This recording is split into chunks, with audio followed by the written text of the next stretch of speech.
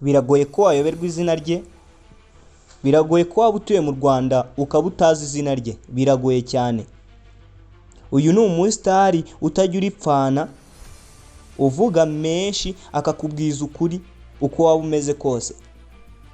Ni umuhungu w'umuhasara wakoze cyane kugira ngo agere kuri byinshi.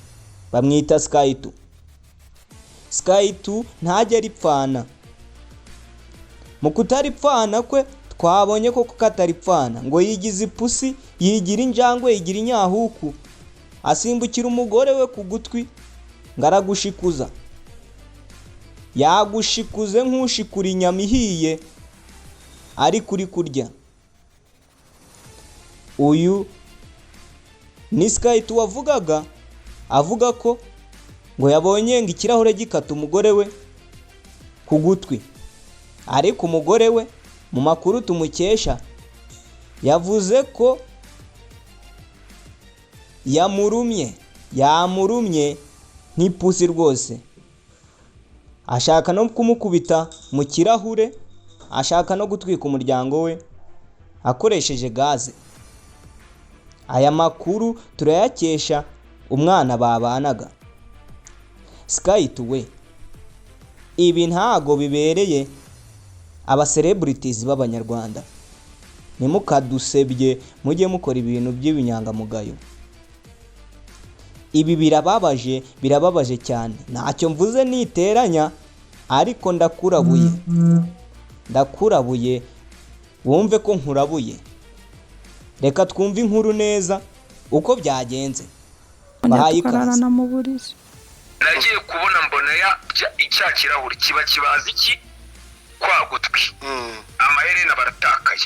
Ubwo nanjye kujya kumwegura, akaboko kanjye hano kawa tatuwaje. Aho ngaho aravuze ngo yaransunitse ngwa mu kirahure cy'aka kabati iyi TV stand.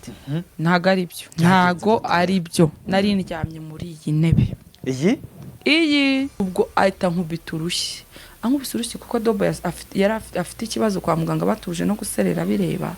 Kaba nashatse gusohoka hari gusohoka ugende hanze. Sekretari yongera arangarura ahita nkubita muri iyi ntebe.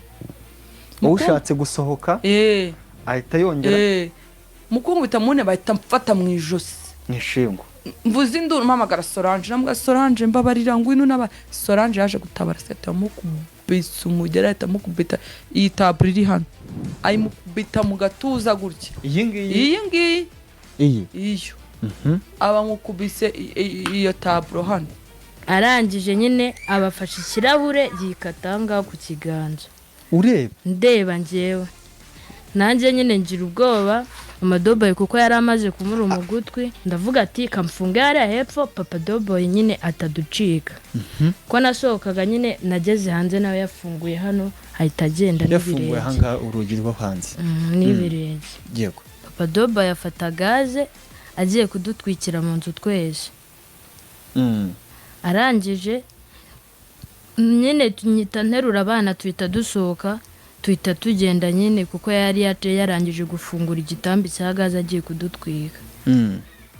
Turagenda.